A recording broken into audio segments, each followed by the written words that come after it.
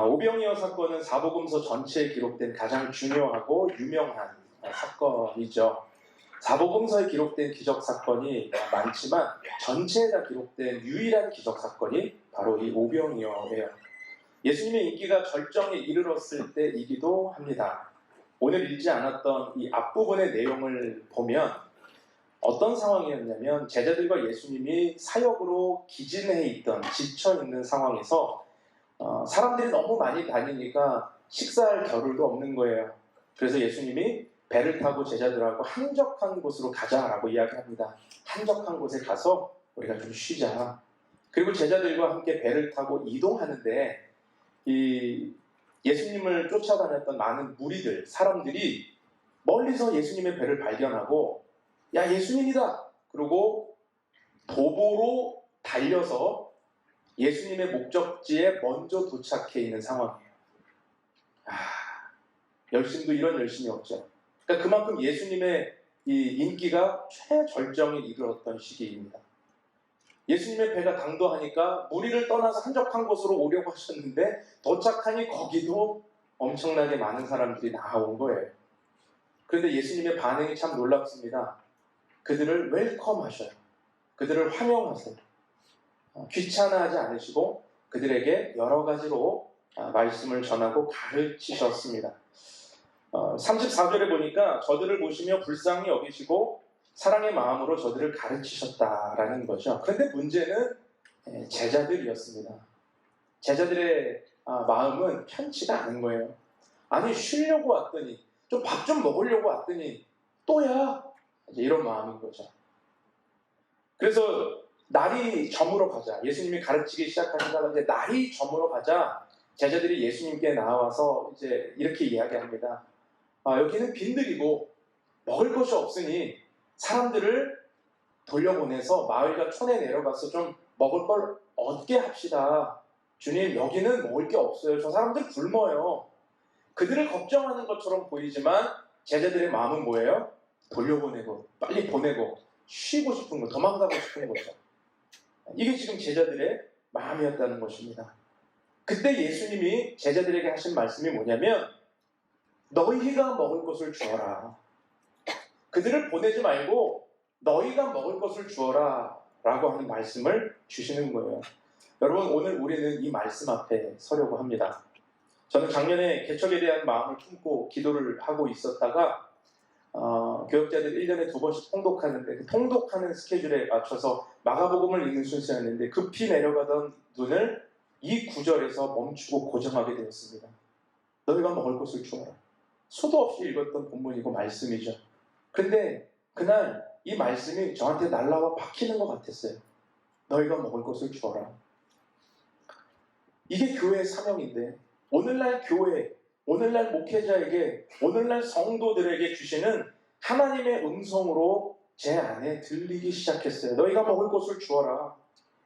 뭔가 마음에 개척을 준비하면서 답답했던 마음, 왜 또 개척을 합니까? 왜 또 하나의 교회가 생겨야 됩니까? 왜 이렇게 교회가 많은데 왜 또 생겨야 합니까? 라는 질문으로 제가 하나님 앞에 기도하던 그 시기에 너희가 먹을 것을 주어라 라고 하는 이 하나님의 말씀이 저한테 날아와 박히기 시작했어요.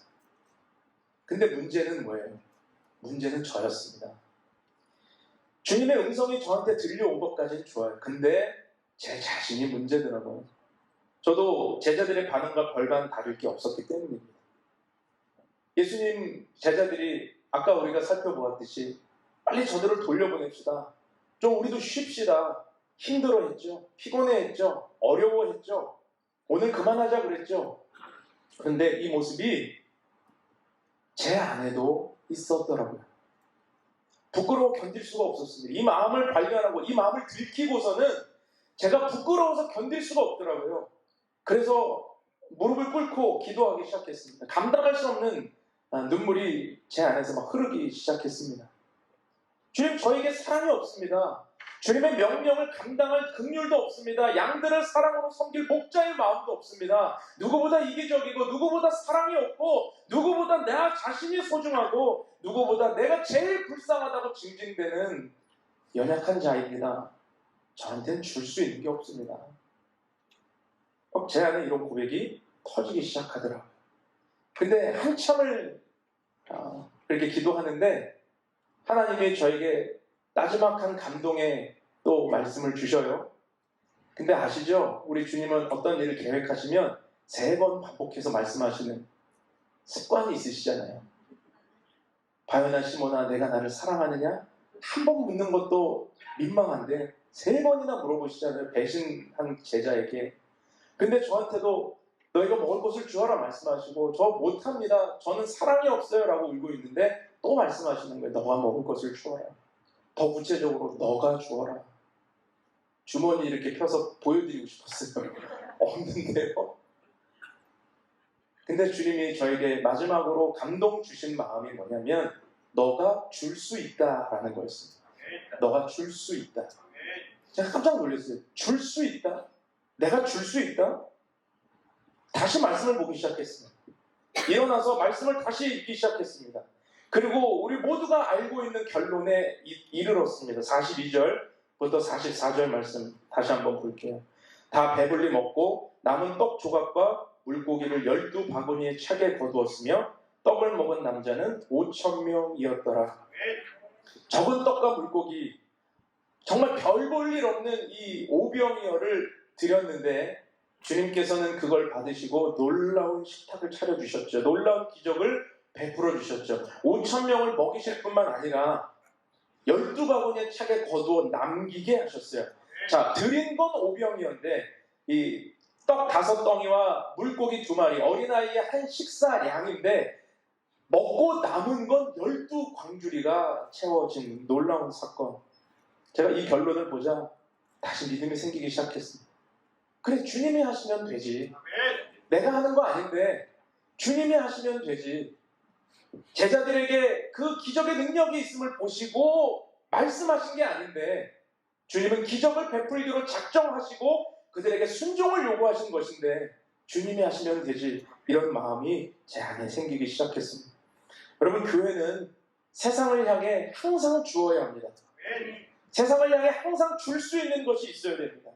주님이 주라고 하시는 모든 것을 우리는 주어야 되죠. 망설이면 안 돼요. 계산하면 안 돼요. 거기에는 그 어떤 지체도 망설이거나 지체하면 안 됩니다. 급하고 안타까운 긍휼의 마음으로 주기 위해 달려가야 돼요. 먹을 것은 단순히 떡만을 의미하지는 않는 거 아시죠? 그 떡은 생명의 떡이신 예수 그리스도 바로 그 자체이십니다. 우리는 예수님을 줘야 되고 복음을 줘야 되고 그들에게 천국을 주어야 되는 것, 이것이 교회의 사명인 줄로 믿습니다. 예수님께서 오병이어를 들어 축사하시고 떼어주시는 이 장면을 여러분 한번 상상을 한번 해보세요.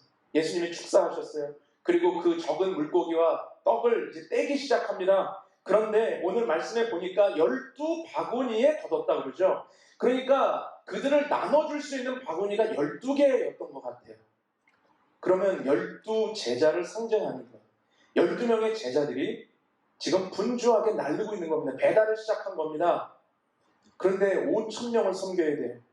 너무 분주하지 않아요? 너무 맞지 않는 거죠. 일손이 턱없이 부족한 거죠. 물론 누가복음 같은 데는 예수님의 제자가 70명이나 되었다라고 하니까 70인의 제자로 환산을 하더라도 70명이 5,000명을 섬긴다? 말도 안 되는 그런 연회는 밥 기다리다가 끝나는 연회잖아요. 그런데 지금 12바구니가 분주하게 돌아다니고 있습니다. 제가 이 말씀을 묵상하다가 주는 손은 아무리 많아도 부족한 거구나. 이 땅에 교회가 또 개척해야 되는 이유가 여기에 있는 거구나. 여러분, 교회 많아요. 서울의 높은 곳에 올라가면 정말 저녁에 붉은 네온 사인은 대부분 십자가예요. 아시죠? 그런데 왜 또 하나의 교회가, 왜 또 교회가 개척되고 세워져야 되느냐? 저도 여러분처럼 거기에 별 반응이 없었던 사람입니다. 그런데 주님이 이 말씀을 보게 하시는 거예요. 어떻게 12명이 5,000명을 섬기느냐? 턱없이 부족한 일손. 그들은 지금 못 먹고 있는데 12명이 분주히 달려가야 돼. 교회가 또 하나 생긴들, 교회가 100개가 생긴들 여전히 죽어가는 영혼들은 넘쳐나고 여전히 주님은 들판은 휘어졌는데 일꾼이 없다라고 안타까워 하신다는 것이죠.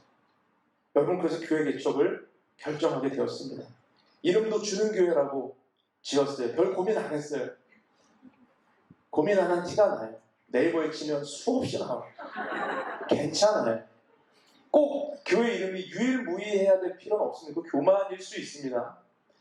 인터넷에 치면 딱 하나 나오는 교회, 뭐 효과적일 수는 있죠, 홍보에. 근데 괜찮더라고요. 그냥 내게 주신 은혜 붙들고 가면 되는 거 아니에요? 교회 개척을 결정하고 나니까 저도 막 분주해지기 시작하는 거예요. 예배는 어디서 드릴까? 어디에서 시작할 수 있을까?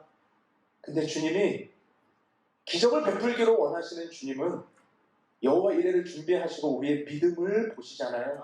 우리의 순종을 보시잖아요. 순종하고 주님께 엎드리니까 마치 숨은 그림 찾기를 하듯이 주님이 하나하나 찾게 하시고 이 공간을 만나게 하셨습니다. 여기에는 저의 의는 아무것도 없어요. 저의 노력, 공로 아무것도 없어요. 전적으로 주님이 마련하시고 초청하신 자리였습니다. 여기를 이제 계약을 하려고 하면서 그때 이제 함께 장소를 알아봐 주고 있었던 집사님이 계셨는데 몇 분이랑 같이 왔습니다. 장소를 보더니 그분 입에서 이런 말이 갑자기 나오더라고요. 어이가 없네. 무슨 의미인지 아시죠? 너무 장소가 좋아서 어이가 없네. 어떻게 이런 것이 있어요? 하나님께서는 예비하신 은혜를 순종을 통해 믿음을 통해 주시는 줄로 믿습니다. 우리는 예수님의 손에서 복음을 받아서 세상에 주는 손들이 되어야 됩니다. 분주히 주는 손이 되어야 합니다. 주님은 지금 배달이 밀려 있으세요. 그 밀려있는 배달을 정말로 누군가 헌신하며 달려갈 주님의 일꾼들을 오늘도 부르고 계십니다. 주는 교회가 그런 교회 되기를 주님의 이름으로 축원합니다. 함께 동행하며 걸어가지고 무거운 짐을 들어주고 무너진 인생을 일으켜 세워주고 눈물을 닦아주는 교회가 되기를 소망합니다. 우리도 줄 수 있습니다. 여러분도 줄 수 있습니다. 너희가 먹을 것을 주어라 말씀하실 때에 그 주는 손은 우리 주님께서 기뻐하시는 손이며 우리 주님께서 축복하시는 손이며 우리 주님께서 부어주시는 손이 될 줄로 믿습니다. 어떻게 하면 주는 인생, 주는 삶을 살아갈 수 있을까? 주님의 말씀에 기쁨으로 순종하며 반응하며 살 수 있을까? 오늘 세 가지 영적 원리를 나누며 하나님의 은혜를 나누길 원합니다. 첫 번째로 인생의 모든 계산에 플러스 예수님을 하면 우리도 주는 인생이 될 수 있다는 것입니다. 오늘 35절과 37절까지의 말씀을 한 번 더 읽어보겠습니다. 때가 저물어가매 제자들이 예수께 나와 여짜오되 이곳은 빈들이요 날도 저물어가니. 36절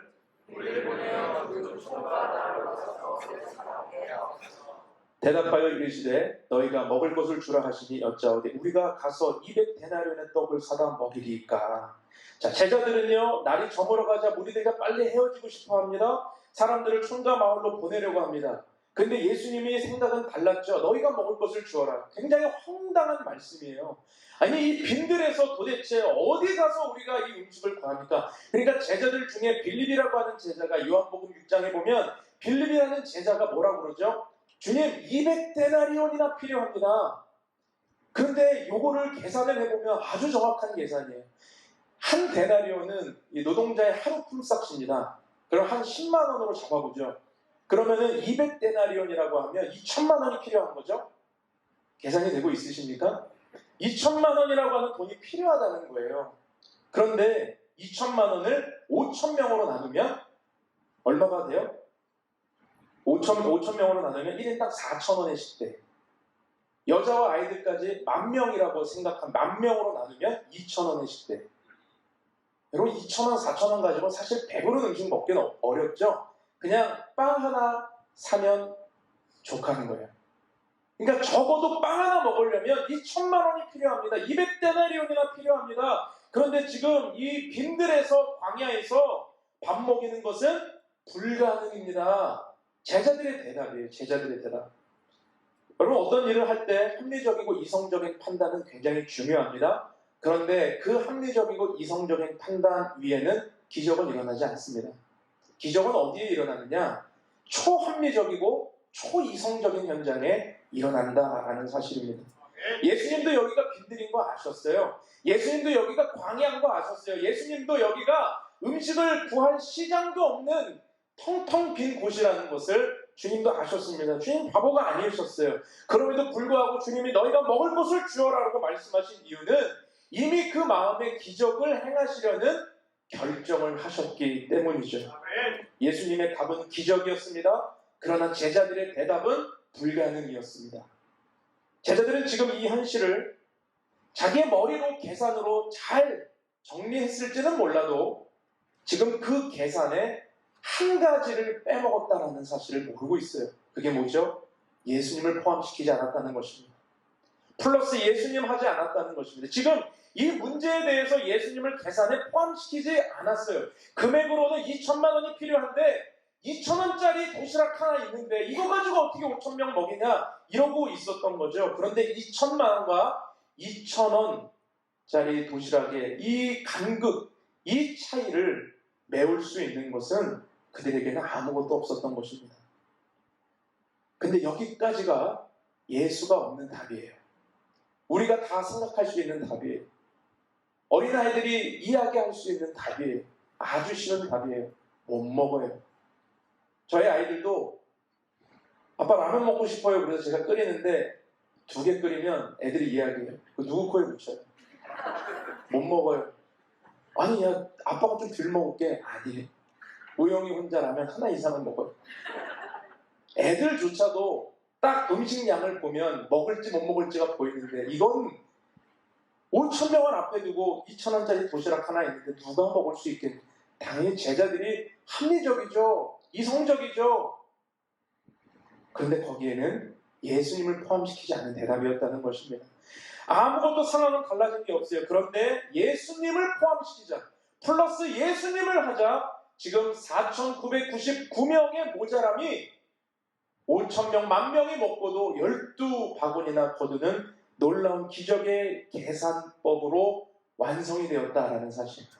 여러분 이것이 기적이고 이것이 믿음의 역사인 줄로 믿습니다.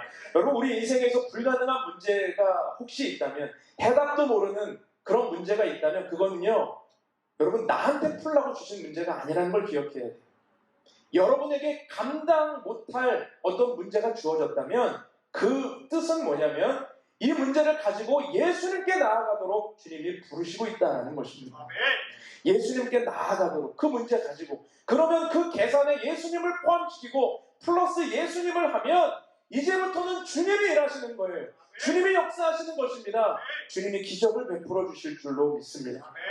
개척하는 과정에서 하나님이 주는 교회에 정말 많은 오병이어를 보내주셨어요. 여러분 이 공간을 한번 보시고 이 장비를 한번 보십시오. 어제 세팅하는데 한 분이 방문 오셨다가 목사님 개척교회 맞아요? 아 그러게요 그랬어요. 저도 몰라요. 근데 하나님이 장비도 공간도 여러 가지 준비도 하나하나 오병이어를 통해 역사하시더라고요. 사실 오늘이 첫 주일이기 때문에 공식적인 헌금은 오늘이 시작인데 그 전에 하나님께서 필요한 것들을 주님께서 베풀어 주셨습니다. 너무 놀라운 일이에요. 저는 계산하지 않았어요. 하나님 저 뭐가 필요한데요? 그리고 제가 견적을 받으면 어이구야. 그러면 이제 주님께 갖고 가는 거예요. 하나님 아유, 저는 당신을 포함시킬 수밖에 없습니다. 이거 결제할 때 예수님 포함시킬 수밖에 없어요. 그리고 주님께 기도해요. 그러면 어디선가 연락이 와요. 목사님 필요한 장비 있으십니까?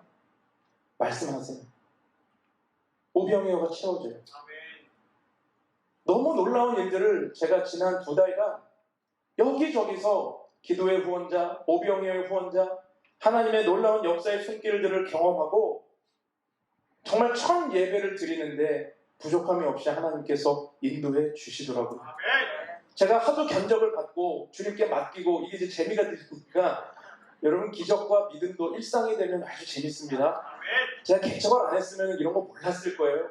근데 견적을 받고 아이고야 또 재밌어서 주님께 기도해요. 그러면 정말 재밌는 건 연락이 또 와요. 그런데 누가 또 그걸 또 채워주신대요. 너무 감사한 마음이에요. 하도 그러니까 제 마음이 어느 순간 이런 마음이 들어요. 아니, 이름은 주는 교회로 지어놓고 왜 이렇게 받기만 합니까? 하나님께서 때가 되면 열망을 들어 먹이게 하실 줄로 믿습니다. 여러분, 우리 인생에 플러스 예수님 하며 살아갈 수 있기를 주님의 이름으로 축복합니다. 예수님이 계신데 왜 예수님을 자꾸 계산해서 빼는 거예요? 여러분의 삶에 어려움이 있을 때 예수님 지금 포함시키면 되는데, 예수님 플러스 예수님을 하면 되는데 왜 자꾸 예수님 배제시키고 그 문제를 풀려고 하십니까? 그러니까 우리가 힘들죠. 우리가 버겁죠. 우리가 감당할 수가 없죠. 여러분, 예수님 포함시키는 인생 되기를 주님의 이름으로 축원합니다. 내 계산에는 1이지만 예수님을 포함시키면 1000이 되고 만이 될 줄로 믿습니다. 그리고 하나님께서 사용해 주실 줄로 믿습니다. 가정에서도 마찬가지예요. 도저히 변화되지 않을 것 같은 식구들 계시죠? 여러분, 그 인생에 플러스 예수님 해보세요. 우리 자녀들의 인생을 속단하지 마십시오. 자녀들이 어떤 삶을 살든 그 인생에 플러스 예수님을 한번 해보세요. 그러면 사랑을 줄 수 있습니다. 기대할 수 있습니다. 정말 하나님께서 이 아이를 어떻게 쓰실지가 막 기대할 수가 있게 되는 거죠. 여러분, 우리의 삶에 플러스 예수님을 하면 우리의 계산법과 다른 주님의 계산법이 완성이 되고 주님께서 역사해 주실 줄로 믿습니다. 어떻게 하면 주는 인생이 될 수 있을까? 둘째로, 인생의 모든 과정이 예수님을 통과하면 우리도 주는 인생 될 수 있습니다. 38절 말씀 같이 한번 읽을게요. 시작. 이르시되 너희에게 떡 몇 개나 있는지 가서 보라 하시니 알아보고 이르되 떡 5개와 물고기 2마리가 있더이다 하거늘. 자, 불가능하다고 말하는 제자들에게 예수님은 그러면 너희에게 떡이 몇 개나 있는지 가서 조사해보라 라고 말씀을 하십니다. 그러니까 요한복음 기사에는 제자들이 막 무리들 틈을 다니면서 분주하게 떡을 조사해보고 다녔나봐요. 그러다가 얻은 게 뭐예요? 어린아이의 도시락. 그걸 이제 안드레가 갖고 왔다고 그러죠. 물고기 2마리와 보리떡 5개. 오병이어가 있었습니다. 자, 근데 5,000명, 10,000명을 먹여야 되는데 오병이어 도시락은 무슨 의미입니까? 예, 불가능이라는 거죠. 소용없음이에요. 제자들도 예수님이 알아보라고 그러니까 알아봤어요. 그리고 가서 보고 드리면서, 자, 보이시죠? 불가능, 소용없음, 가망없음, 주님께 증명해 보이는 거예요. 근데 여러분, 오병이어는 우리가 한 가지 오해하면 안 됩니다. 오병이어가 있어야만 기적이 일어나는 건 아니에요. 우리 주님은 무에서 유를 창조하시는 전능하신 분이시기 때문에 오병이어라고 하는 그 최소한의 재료가 있어야만 역사를 일으키시는 분은 아니라는 것입니다. 우리 주님께서는 1인분밖에 없는 것이지만 더 정확하게 어린아이의 도시락이니까 2분의 1인분밖에 없다는 이 절망, 이 불가능, 그들의 이 소용없음이라고 하는, 가망없음이라고 하는 그 계산을 주님은 극대화시키기 위해서 알아보라고 하셨던 거죠. 오병이어는 초라함입니다. 오병이어는 절망이고 보잘것없는 현실을 보여주는 것입니다. 지금 그것이 실제로 벌어지고 목격하고 있는 처절하고 리얼한 현실이라는 것입니다. 지금 이 현실은 누가 봐도 절망적이에요. 여기까지가 38절의 말씀이죠. 그런데 42절과 44절을 보면 다 배불리 먹고 남은 떡 조각을, 물고기를 12바구니 차게 거두었으며 떡을 먹은 남자는 5,000명이었더라. 자, 조금 전까지 배고픈 사람들이 배부르게 됩니다. 턱없이 부족한 음식이 넘치게 됩니다. 12바구니에 찹니다. 버릴 것이 없습니다. 풍성함입니다. 힘이 없던 사람들이 힘을 얻게 되었습니다. 굶던 사람들이 배부르게 되었습니다. 여러분, 오병이어와 12바구니 사이의 이 간극은 얼마나 큰 차이인지 우리가 말을 하지 않아도 여러분 보이실 거예요. 절망의 오병이어와 기쁨의 12바구니 사이에 무엇이 존재합니까? 여러분, 우리는 인생을 살아가면서 어떤 드라마틱한 변화를 경험하면 뭐라고 이야기하죠? 야, 한 획을 그었다. 여러분, 이런 이야기 많이 하시죠? 뭔가 인생의 드라마틱한 변화, 어떤 사업의 드라마틱한 성과, 야, 이번 프로젝트 한 획을 그었어. 야, 이거 전무후무해. 막 이런 얘기 하시죠. 그런데 여러분, 우리 인생에 만날 수 없는, 도저히 만날 수 없는 간극과 같은 불가능과 기적 사이에, 만날 수 없는 수평선, 이 건널 수 없는 강 사이에 한 획을 그을 수 있게 하시는 분은 예수 그리스도이신 줄 믿습니다. 그래서 여러분, 우리는 불가능이라는 삶의 현장에서 예수 그리스도를 통과해야 돼요. 예수 그리스도를 지나야 돼요. 예수 그리스도를 피하면 안 돼요. 예수 그리스도를 회피하고 지나치고 무시하는 순간 우리의 삶의 현장은 아무 일도 일어나지 않는 것입니다. 여러분, 드라마틱한 삶의 한 획을 긋는 인생을 살고 싶으십니까? 그러면 예수 그리스도를 통과할 수 있기를 주님의 이름으로 축원합니다. 모든 인생의 과정에 예수님을 통과해 보십시오. 예수님을 지나보십시오. 예수님을 바라보십시오. 주님께서 우리의 삶에 불가능이 기적되는 놀라운 은혜를 베풀어 주실 줄로 믿습니다. 마지막 세 번째, 어떻게 하면 주는 인생이 될 수 있을까? 인생의 모든 현장에 예수님을 초대하면 줄 수 있다라는 것입니다. 자, 현장은 무엇입니까? 일이 벌어진 자리죠. 또 사건이 일어난 곳입니다. 오늘 본문의 첫 번째 현장은 어디였어요? 빈들이었어요. 첫 번째 현장. 빈들이, 광야에 아무것도 없음이에요. 그런데 두 번째 현장은 어디입니까? 푸른 잔디가 갑자기 등장합니다. 푸른 잔디 위에서 그들은 만찬을 즐기고 있습니다. 49절에서 41절 말씀 우리 한 목소리로 같이 한번 읽어주시죠. 시작.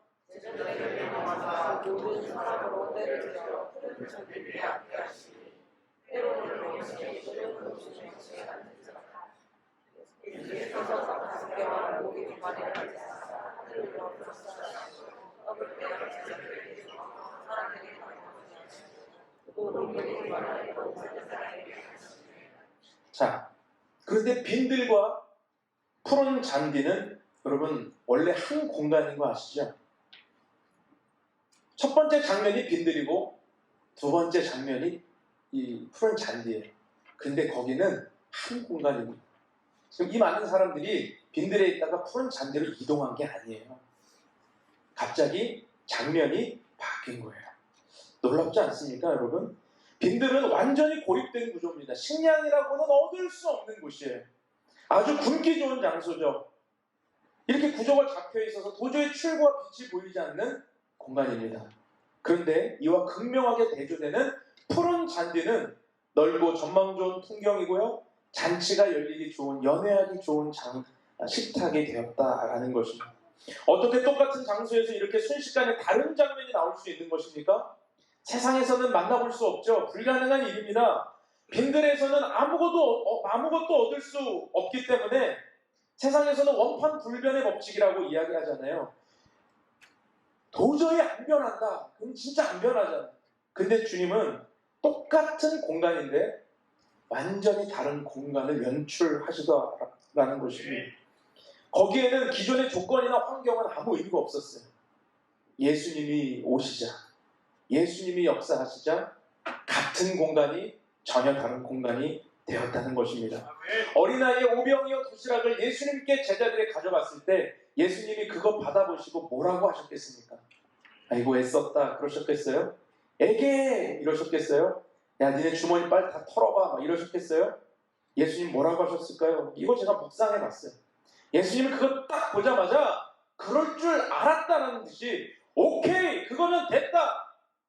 모든 가능성은 이제 제로다. 아니 마이너스다. 너희들이 그 어떤 것도 기대할 수 없는 오병이어 가져왔으니 이제 내가 일을 시작할게.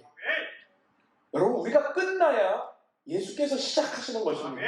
우리가 주님 앞에 나의 판단과 계산과 가능성 내가 생각하는 그 이성적 해답을 내려놓을 때에 그때 주님이 일하시기 시작하신다라는 거죠. 이제 주님은 마음 놓고 새로운 판을 짜기를 원하시는 거예요. 마음 놓고 이제는 새로운 시간이 왔다라는 걸 말씀하고 계시는 것입니다.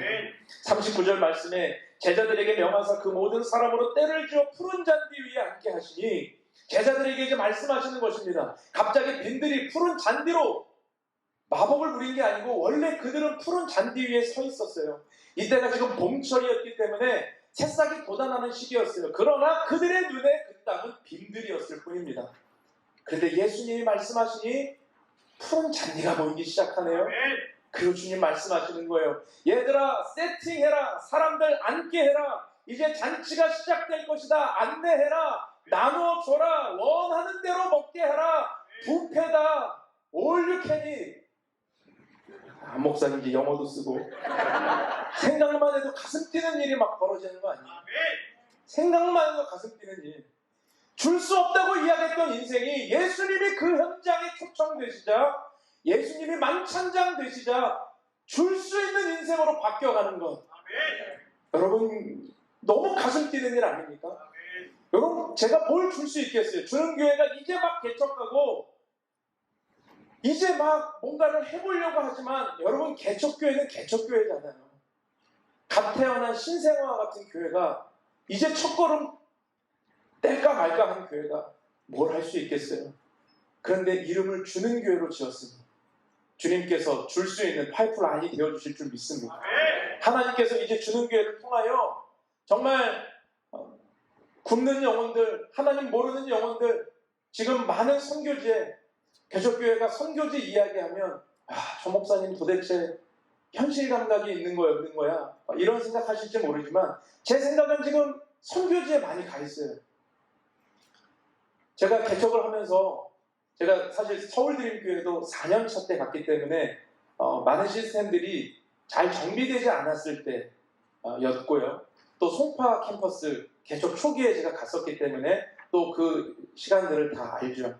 그리고 제가 이전에 완전히 개척교회를 섬겼던 경험이 있기 때문에 개척교회가 얼마나 힘든지 압니다.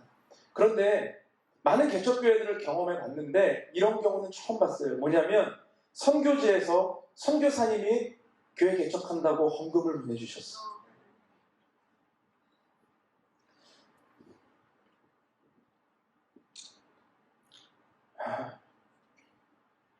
제가 이런 경우는 처음 봤어요. 제가 선교사님한테 저희가 드려야 되는데 어떻게 선교지에서 헌금이 옵니까? 저는 이런 경우는 처음 봤습니다. 어떻게 봤습니까? 근데 필리핀의 선교사님이 목사님, 이건 성도로 드리는 겁니다. 하나님께서 얼마나 기뻐하시는지 몰라요. 가볼 수 없지만 기도하면 하나님께서 주는 기회를 얼마나 기뻐하시는지 몰라요. 그 말씀을 듣는데 너무 눈물이 나더라고요. 하나님께서 줄 수 없다고 이야기했던 인생을 들어 주는 인생으로 바꾸어 가시는 것. 아멘. 여러분 이게 어떻게 가능한 것입니까? 오늘까지 줄 수 없었는데 갑자기 줄 수 있는 인생으로 바뀌는 것. 여러분 우리 안에 어떤 자원으로는 일어날 수 없는 변화죠. 예수께서 우리 인생의 현장에 초청되시니 우리의 삶의 빈들이 푸른 잔디가 되는 것입니다. 그 푸른 잔디는 원래부터 있었다니까요. 그 푸른 잔디는 우리 인생에 원래 주님이 말씀하고 계획하신 자리라니까요. 우리가 볼 수 있는 눈이 없었기 때문이죠. 내가 내 인생을 보면 빈들뿐이고 광야이고 힘들고 어려운 것뿐인데 주님이 오셔서 내 눈을 바꾸시니 거기에 푸른 잔디가 시작돼요. 거기서 줄 수 있는 만찬이 시작돼요. 세팅이 시작되는 거예요. 여러분 이것이 예수 믿는 기쁨이고 예수 믿는 기적입니다. 여러분 우리가 신앙생활을 왜 합니까? 예수 믿고 천국 가려고? 너무 단순한 거죠. 그러려면 믿자마자 천국 가야죠. 근데 예수님은 우리를 믿게 하시고 왜 이 땅을 살게 하십니까? 고통스러운 환경을 겪게 하십니까?